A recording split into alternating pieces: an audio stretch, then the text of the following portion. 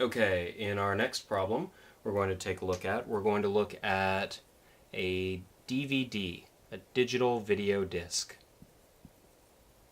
and some of the information that relates to what they actually do inside a DVD player. It turns out they usually spin, and then a laser, which is at a fixed point. In fact, let me get another marker. Let's say that the laser is directly under here. It can raster scan in and out. Well, I guess that's not a raster, but it's on a little motor that allows it to move in and out here, and then the DVD, the disc itself, will actually spin above it, so it can actually read any point on the DVD. It has a radial control here, and then the motor spins the DVD to adjust the angular dimension. So, we're going to use some actual values for these, so this should be pretty close to what happens in reality. The mass of one of these discs is about 16 grams, which puts it at 0.016 kilograms to use the SI. The diameter is 12 centimeters, though that can vary depending on what type of disc it is. That means that our radius, saving some time, is 0.06 meters. Okay? Now, the first thing that I ask is what the moment of inertia of the DVD is. And that is going to be, I say that we can assume that it is a disk, so that'll be 1/2 mr squared for a disk or cylinder. Even though it's got a little hole missing from the middle, we'll just go ahead and do this as a rough estimation. Okay? Well, I plug this in, I have 1/2, we put in the mass, 0.016 kilograms, times radius squared, 0.06 meters, quantity squared. We find that the moment of inertia of the DVD is a seemingly tiny 2.88 times 10 to the negative 5th kilogram meters squared. So mass, kilogram, radius squared, so meters squared. And you'll remember that when we talked about the moment of inertia, it is usually, what was that equation? R squared dm, as I recall. And so when we integrate along that, we should end up with kilogram meters squared. I'll double check that, I could be wrong. But back on topic. So we found our moment of inertia.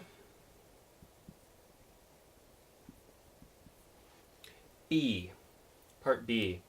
I say that the DVD starts off, we're going to read from the inside, and it goes up from an initial speed of, or rotational speed I should say, of 0 RPM up to a final of 1530 RPM in, how long do I say?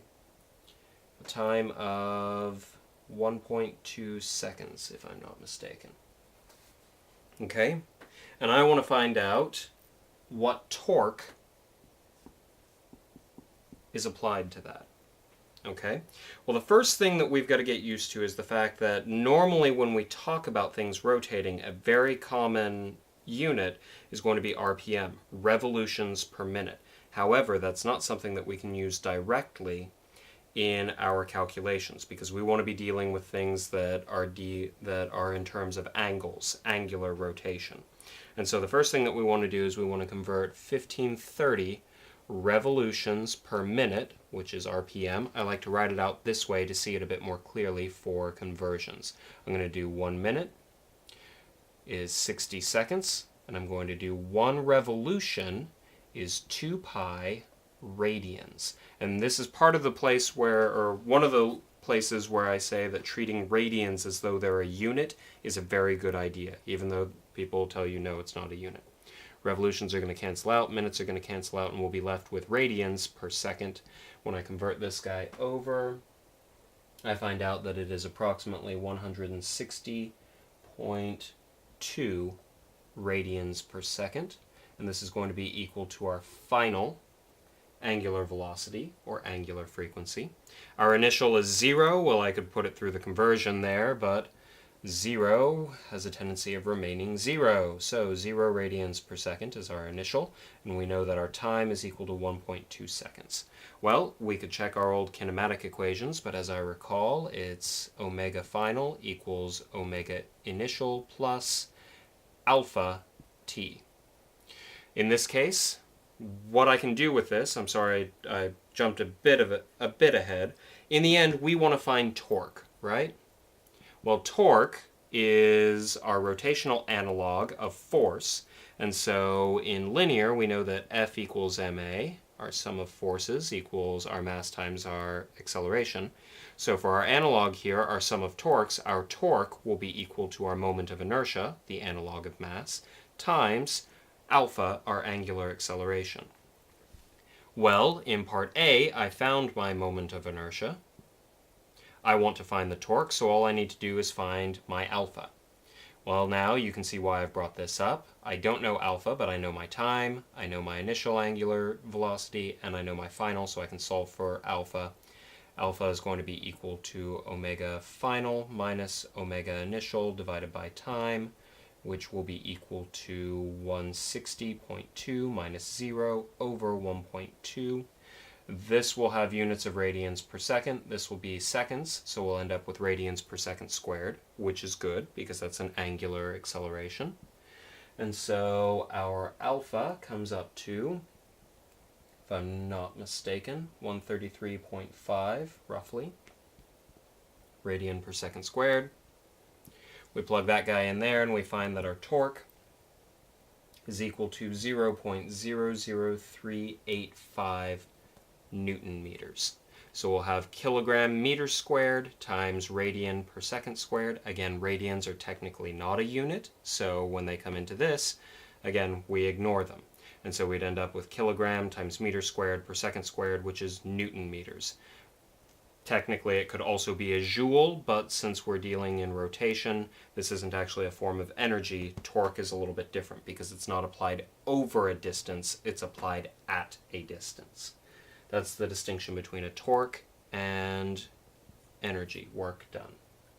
Okay, finally, I ask, so the disk, how these disks work is they have a certain amount of data that they do in a spiral that goes around the DVD or the CD. And so to make certain that the data rate is consistent, what's common on all of these are the rotational speed will actually adjust depending on where the laser is, and the translational velocity will be equal at any of the given points. Okay? So at the beginning, we had an initial, our angular velocity at the inside over here at a, so V1, V equals omega r, so I'm applying this. I'm going to have omega 1 times r1, that's nothing more than V1, equals omega 2 r2. Where now 1 is going to be where we started at the very middle, or very close to the middle, I should say, and 2 is when we're on the outside edge. And so we know that our angular frequency, or angular velocity, was 160.2 radian per second at a radius of 2.5 centimeters. We could convert that over to meters, but we're going to see that the units actually cancel out, and so we should be in good shape. Omega 2 times our radius on the outside is going to be 6 centimeters, and I can divide both sides by 6 cm, and I find that omega 2 equals,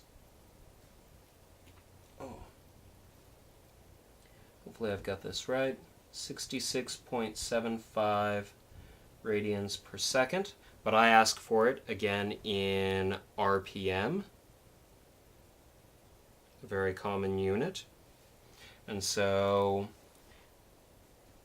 our angular frequency, our angular velocity, is going to be equal to approximately 637 RPM. That's going to be on the outside edge.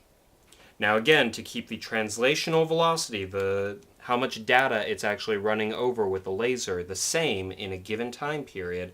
When it's real close in, it's got to spin fast, and when it's further out, it spins much slower, at least angularly. Okay?